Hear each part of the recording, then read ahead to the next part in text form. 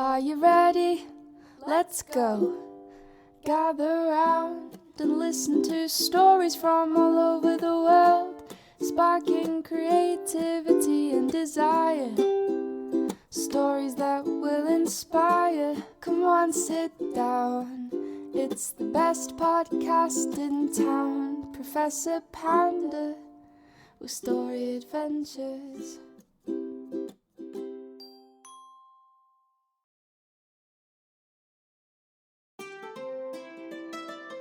Hello, scholars! It's me, Professor Panda, and welcome back to another story adventure. Well, scholars, how have you been? Has it been a good day, scholars? Are you in your proper reading state? Have you been doing your meditation, scholars?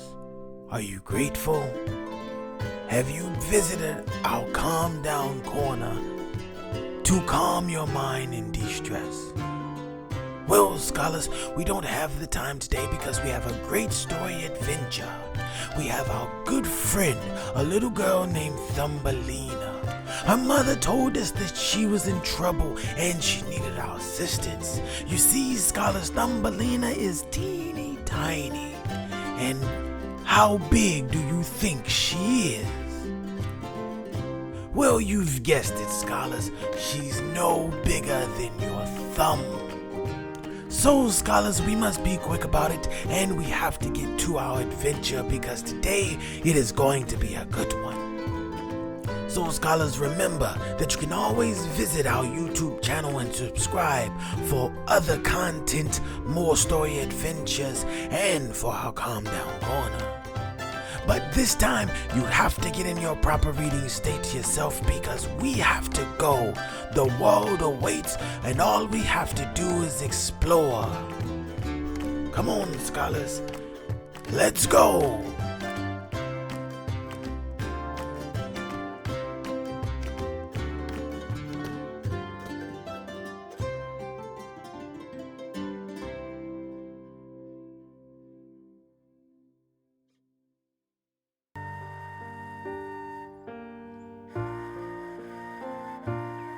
Thumbelina. There was once a woman who lived in a tiny cottage, which had the most beautiful garden in the world. She was very happy tending her garden, but over time she became sad. She had no children who could share her garden with her. She decided to ask an old witch in her village for help. The woman explained that she wanted a child. The old witch thought for a moment. Then she pulled up a tiny bag out of her cloak. Plant these wildflower seeds and tend to them carefully every day. Soon you will have your wish, said the witch. The woman was overjoyed that the witch gave her a solution to her problem. She took the seeds with her. The next day, she planted them in a sunny corner of her garden. It was the prettiest spot she could find. She watered and watched over the seeds every day. Soon the tiny green sprouts began to poke up out of the ground. Before long, the sprouts grew and blossomed into a beautiful patch of wildflowers. In the center of the wildflower patch grew a single beautiful tulip. Its deep pink petals were closed up tightly. The flower was so lovely that the woman could not resist bending down to smell it. As she knelt in front of the flower, its petals suddenly opened. The woman was amazed to find a tiny girl sitting inside. She wore a tulip petal for a dress and had long, gleaming hair. You are the most beautiful child I have ever seen, and you are hardly even as big as my thumb. Would you like to stay with me in my garden? Asked the woman. Oh yes, replied the tiny girl. I will call you Thumbelina, said the woman. At home, she made Thumbelina a tiny bed out of an acorn shell. Thumbelina slept soundly under her rose petal blanket. Thumbelina and her mom lived happily in the garden the whole summer long. Thumbelina loved to play in the little pond in the middle of the garden. So her mother made her a tiny boat out of a maple leaf. Thumbelina rowed around the pond, using 2 blades of grass as oars. Her mother sat by the side of the pond and read stories to her while she played. Sometimes Thumbelina sang as she rowed. She had the most beautiful, silvery voice that her mother always loved to hear. One day, a frog was hopping by the garden pond. He heard Thumbelina's beautiful voice. When he saw the tiny girl rowing her maple leaf boat, he said, "What a lovely creature. I must take her away to my lily pad to be my wife." The frog watched and waited until Thumbelina's mama went inside to the cottage to get a cup of lemonade for Thumbelina. Then the frog jumped up from behind the reeds where he had been hiding and captured Thumbelina. He carried her away to the river where he lived and placed her on a lily pad. "Rest here while I go and make the plans for our wedding," said the frog. With that, he hopped away. Thumbelina did not want to be the wife of a frog. She wanted to be back at home with her mother. She became so sad that she began to cry. Her tiny tears fell into the river and made ripples in its glassy surface. When the fish in the river saw Thumbelina crying, they decided to help her. They nibbled through the stem of her lily pad until it broke free and floated down the river, far away from the frog. Thumbelina flowed gently on the river until finally the lily pad came to rest on a grassy bank. Thumbelina climbed up the bank and found herself on the edge of a meadow. "I miss my home, but this will be a fine place to live until I find my way back to my mother again," she said. She wove herself a tiny hammock out of grass blades and hung it up beneath a large daisy, which sheltered her from the dew at night. During the day, she wandered through the meadow. If she was thirsty, she drank the dew off the blades of grass. If she was hungry, she had a bite of clover or some honeysuckle. She became best friends with the butterfly and ladybugs in the meadow. At night, she slept safely under her daisy roof. One day, Thumbelina noticed that the days was getting chilly. Fall was coming. Leaves began to fall from the trees. The nights were becoming colder too. She made herself a blanket out of cotton from the meadow, but soon it was not enough. "I am so cold, I don't know when I'll get back home. How will I keep warm in the winter?" cried Thumbelina. She began to take long walks, looking for a place where she could be safe and warm. One day, she found a small burrow inside a tree. She poked her head inside to see if anyone lived there. Inside the burrow lived a friendly old field mouse.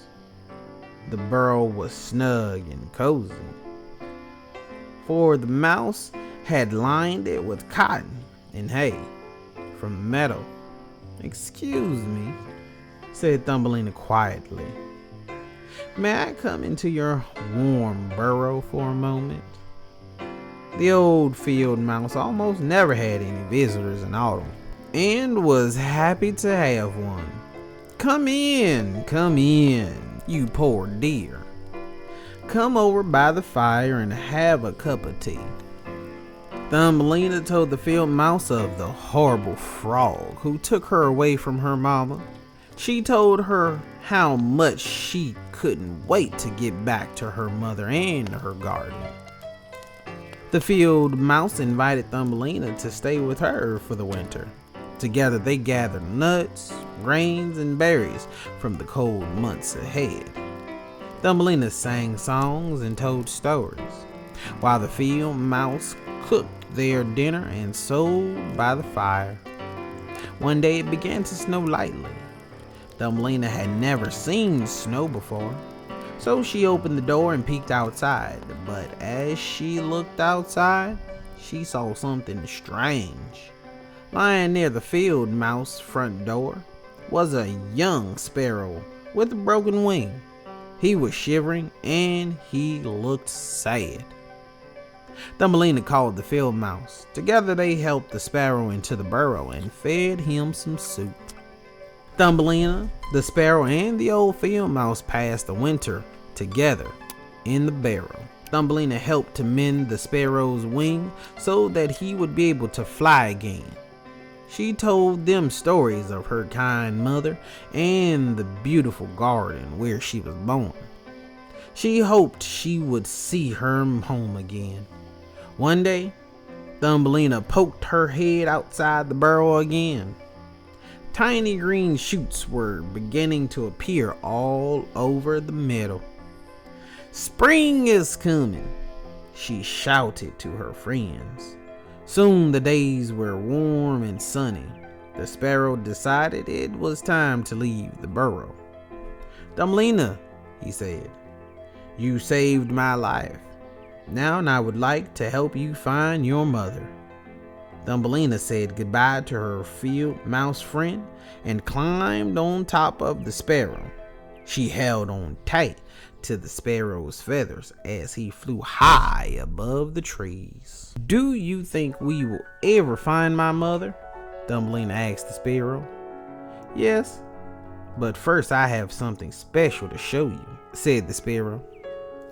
He flew deep into the forest and landed gently in a thicket. All around them, beautiful flowers blossomed. No sooner had they landed than a lily opened and out stepped a tiny boy. He wore a crown on his head and he had a pair of shining wings. "I am the Prince of the Flowers," said the boy. "Live with us and be the Princess of the Flowers." He gave her a tiny pair of silvery wings and a beautiful crown of gold. But Thumbelina missed her mother. She agreed to come back to the prince, but she had to see her mother. When Thumbelina flew into her mother's garden, the woman was so overjoyed to see her tiny daughter again that she laughed and cried for joy. The end. Well, scholars, don't you just like a happy ending? It's nice that Thumbelina was reunited with her mother.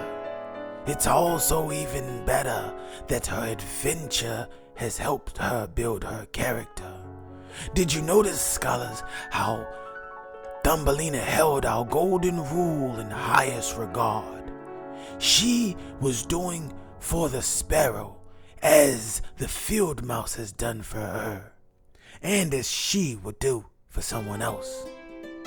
Because, scholars, you have to watch out what you put into this world.